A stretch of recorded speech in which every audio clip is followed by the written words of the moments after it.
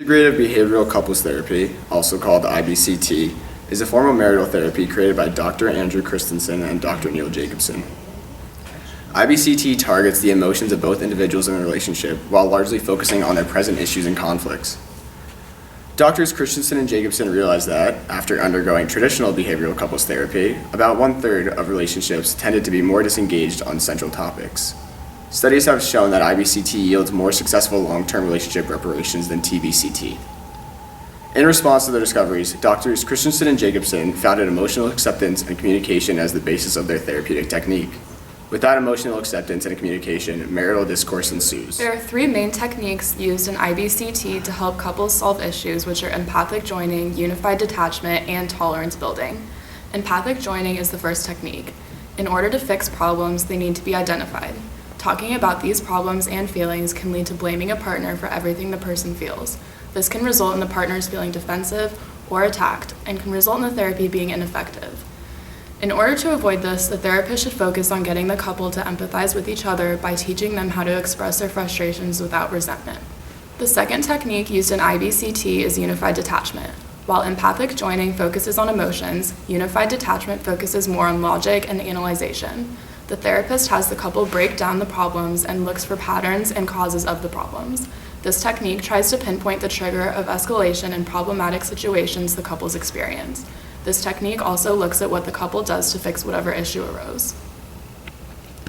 Finally, the therapist practices tolerance building. Tolerance building teaches couples to become less sensitive to negative behaviors as well as react less intensely when problems inevitably arise. This is important since it is impossible to completely eliminate the negative behaviors that cause emotional responses between partners.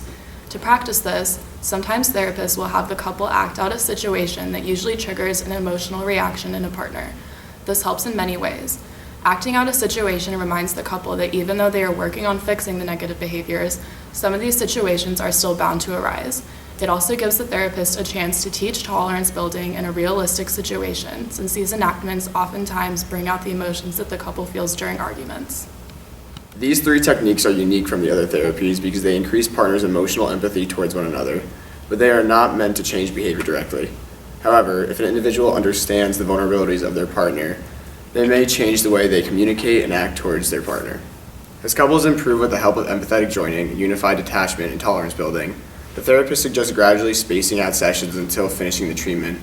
The final session goes over the deep analysis once more and also highlights the positive changes that have occurred during therapy. IBCT uses the mnemonic deep analysis to summarize the characteristics of a relationship. The D stands for differences. These differences include, but are not limited to, differences in goals, beliefs, interests, and personalities. The first E refers to emotional sensitivities. These sensitivities are the things that make a partner vulnerable to the other and may cause problems such as one partner craving more intimacy while the other depends on their autonomy in a relationship. The second E stands for external circumstances. These circumstances can refer to financial difficulties, problems with extended family, differences in career, and others. Finally, the P refers to patterns of interaction. These patterns show up when the couple tries to navigate problems and can lead to an issue when trying to resolve disagreements. He is shown to be effective at fostering acceptance and communication within relationships. In one study, 134 unruly couples were randomly assigned to either IBCT or TBCT after a 5-year follow-up and no other therapies. The study revealed that IBCT and TBCT had similar results, but IBCT was shown to be more effective in the 2 years following. TBCT focuses deliberately on changing behaviors. Since therapists force change within the relationship, couples sometimes revert back to previous unhealthy behaviors after discontinuing therapy. It should be noted, however, that after 2 years, there were no noticeable differences between the effectiveness of IBCT compared to TBCT. IBCT is effective, but more research needs to be done on the long-term effects of IBCT to strengthen its underlying concepts. My name is Dr. Marette Johnson. Dan and Clara are a married couple experiencing communication issues. After the honeymoon phase, everything appeared to be going very well for them. But with the birth of their first child, Stuart, marital discourse has become a prevalent issue. Dan and Clara have been married for 8 years and have just now decided to engage in integrative behavioral couples therapy. I will be going through the deep analysis to help discover their underlying conflicts within their relationship. First, I'll be identifying their differences. So Dan seems to be an introvert. He needs to recharge, spending quality time alone.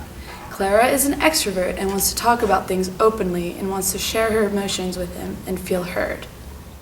You never want to talk to me or hear me out. You always shut me out. You're so unaware of how I feel. It's ridiculous. Well, you're always in my personal space and you're annoying and you don't understand that I need some alone time.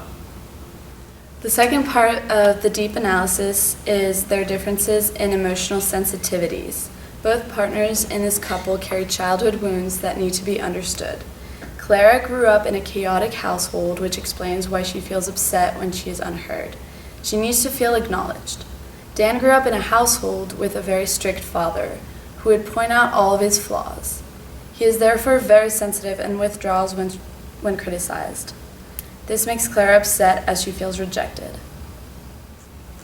You always expect me to be perfect, but not everything revolves around you. That's because you never even want to hear or give me the chance to give you any advice. You never listen to me. The third part of the deep analysis is understanding their external stressors. The couple is also facing external stressors, their jobs, and trying to be adequate parents as to their struggles as a couple. You never help with the house. It's a complete mess. And the kids, do you even care about them? You always want me around the kids, but you don't understand how busy I am. The kids are fine. I don't understand why you're so concerned. Because you never even ask them about how they're doing or how they're feeling. This is so unnecessary. Why are you berating me right now? The last part of the deep analysis is analyzing patterns of communication. Clara has an approaching behavior and Dan has a retreating behavior. Clara wants to talk about issues openly, but Dan withdraws. This creates a vicious emotional cycle. This is what I'm saying. You never want to talk about anything. Clara is clearly upset that Dan's work commitments take up so much time and that he is unable to actively participate in Anne's caretaking. Dan and Clara should have a discussion and arrange a schedule for which partner looks after Anne. In terms of communicating, the couple should arrange a time and place to speak in advance. During this time, both partners are allowed to freely express their emotions, and through empathic understanding, they are encouraged to actively listen. In addition, the couple should work on using sentences that are non-accusatory and more vulnerable. One technique that can help the couple show their vulnerable emotions is by using XYZ statements. These sound like, in X situation, I feel Y when you do Z. Specifically, Clara could say, Dan, when I share my feelings with you and you withdraw, I feel abandoned.